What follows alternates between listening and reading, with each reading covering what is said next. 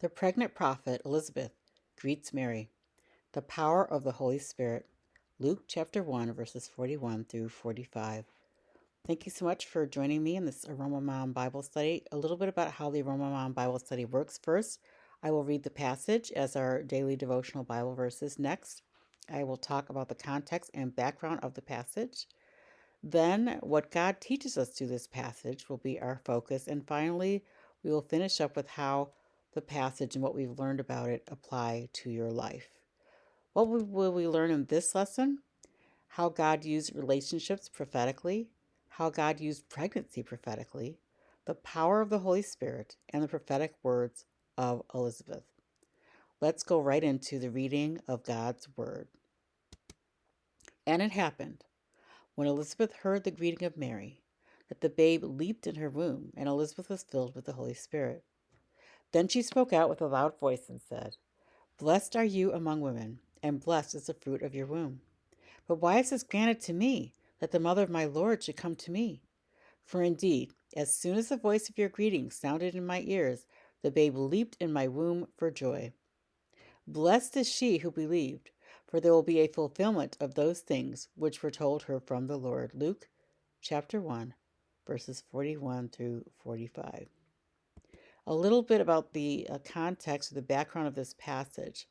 Um, right before this account, the angel Gabriel appeared to Mary to announce that Mary would give birth to Jesus through the power of the Holy Spirit. This is despite the fact that Mary was not yet married. She was betrothed to Joseph, but not officially married. And this would have been considered a very shameful thing. So that God, in his mercy and his grace and his kindness and love, sent an angel to tell this to Mary. Mary then declares her love, respect, and fear of God in her song that we often call the Magnificat. In this, she declares her humility before God and how awesome God is. Then the angel revealed to her that her cousin Elizabeth, who had been unable to have children, was pregnant in her old age. The angel then told Mary to go and see her cousin Elizabeth, and this would have been quite a journey away.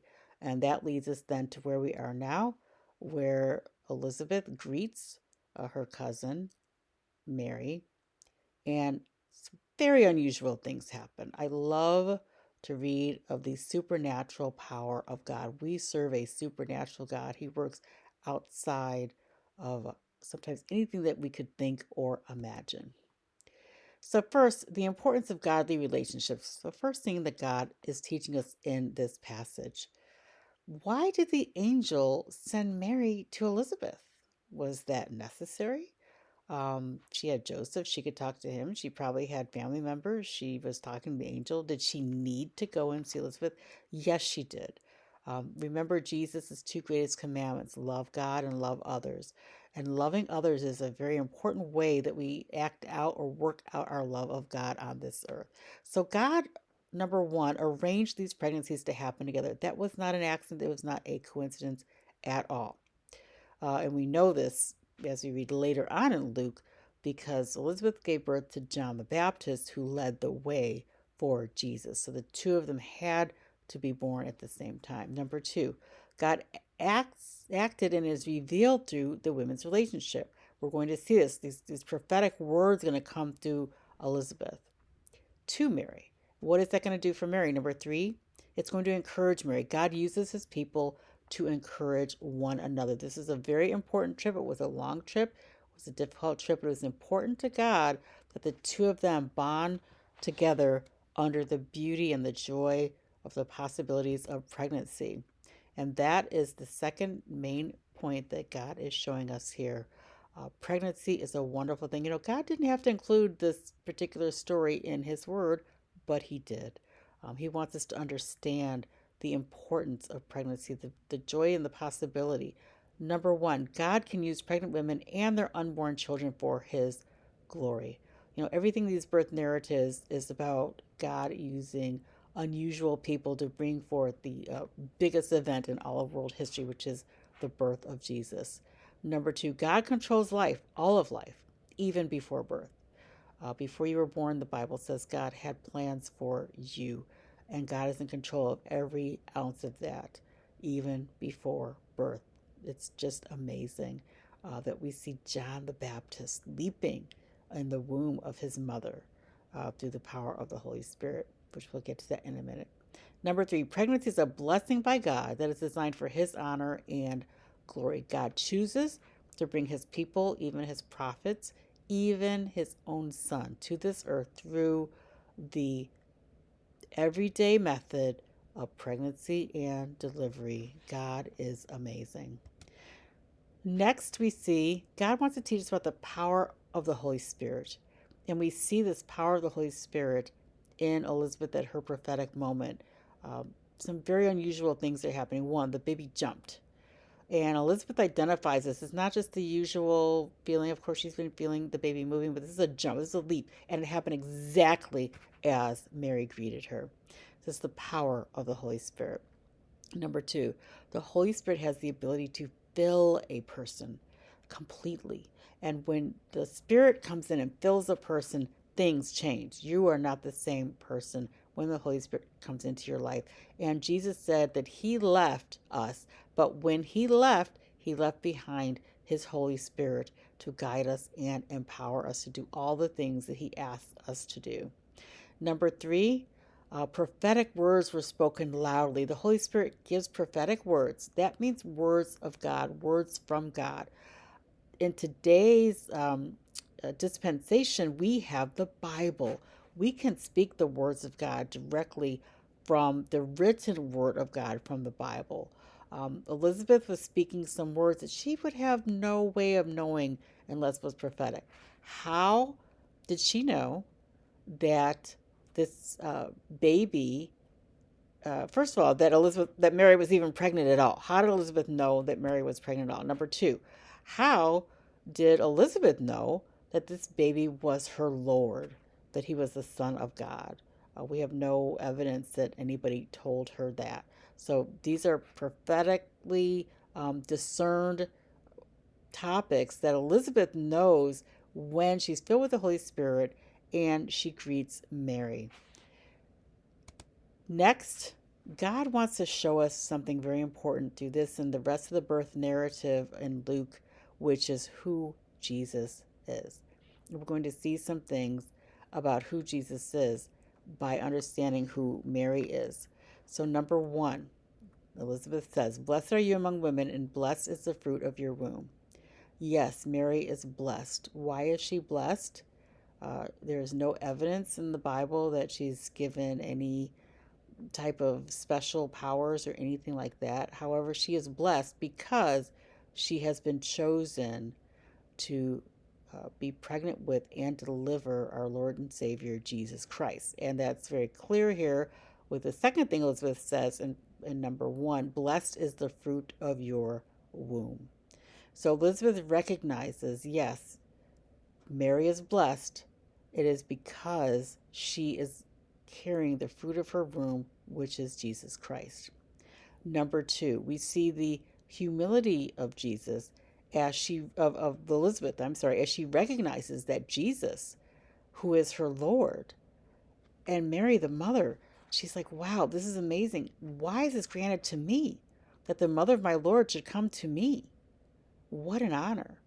Again, we think about the angel directly sending Mary to Elizabeth, and look how excited Elizabeth is, and look at the impact this has on Elizabeth.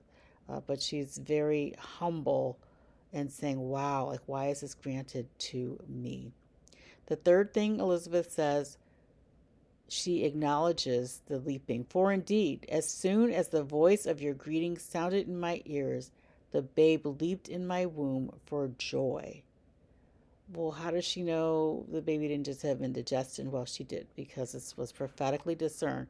This baby, who will be John the Baptist, leaped in joy in his mother's womb. And doesn't he act the same way with Jesus when he actually gets to see Jesus and meet Jesus, and then baptize Jesus in the desert?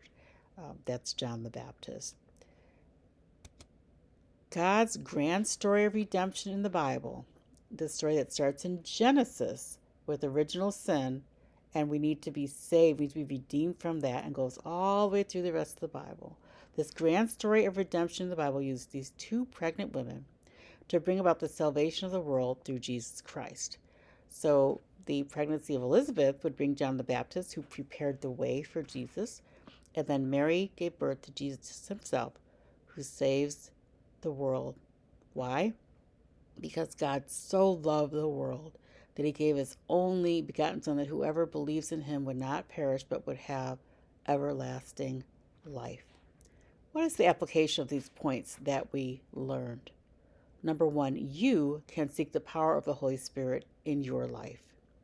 The same Holy Spirit that led John the Baptist to leap in Elizabeth's womb, the same Holy Spirit that gave Elizabeth discernment and prophetic knowledge of things that she could not otherwise know, the same Holy Spirit now resides in you and in me, because Jesus said that when he leaves, he would leave behind this comforter who would tell us what to say, and tell us and help us remember things. And the power of the Holy Spirit is with us today. Why is this important? If you're leading a life that is not where you want to be, are you seeking the power of the Holy Spirit? Are you recognizing this is available to you? That's a matter for prayer for you. Number two, to recognize the action of the Holy Spirit in your life. When you see certain things happening, is it you? Is it because of how great you are or something you've done? Or is it the power of the Holy Spirit in your life? Recognize the action, the power of the Holy Spirit in your life when you see it. And tell somebody about that. And thank God for it. And number three, celebrate pregnancy and birth and other relationships and allow God to use these to glorify him. You know, relationships are truly the most important thing to God throughout the Bible. So, relationship with him and our relationships with others. These should be celebrated. If you're making a decision in your life, should I take this job or this job? It's not really about the job. It's about your relationships. In which one will your relationship with God be glorified? And in which one will you be faithful to the relationships that God has given you here on earth? The pregnancy and birth, childbirth, are two very special things to God because they represent an important side of God, which is his creation. Our God is a creative God. Our God is a God of life and abundance.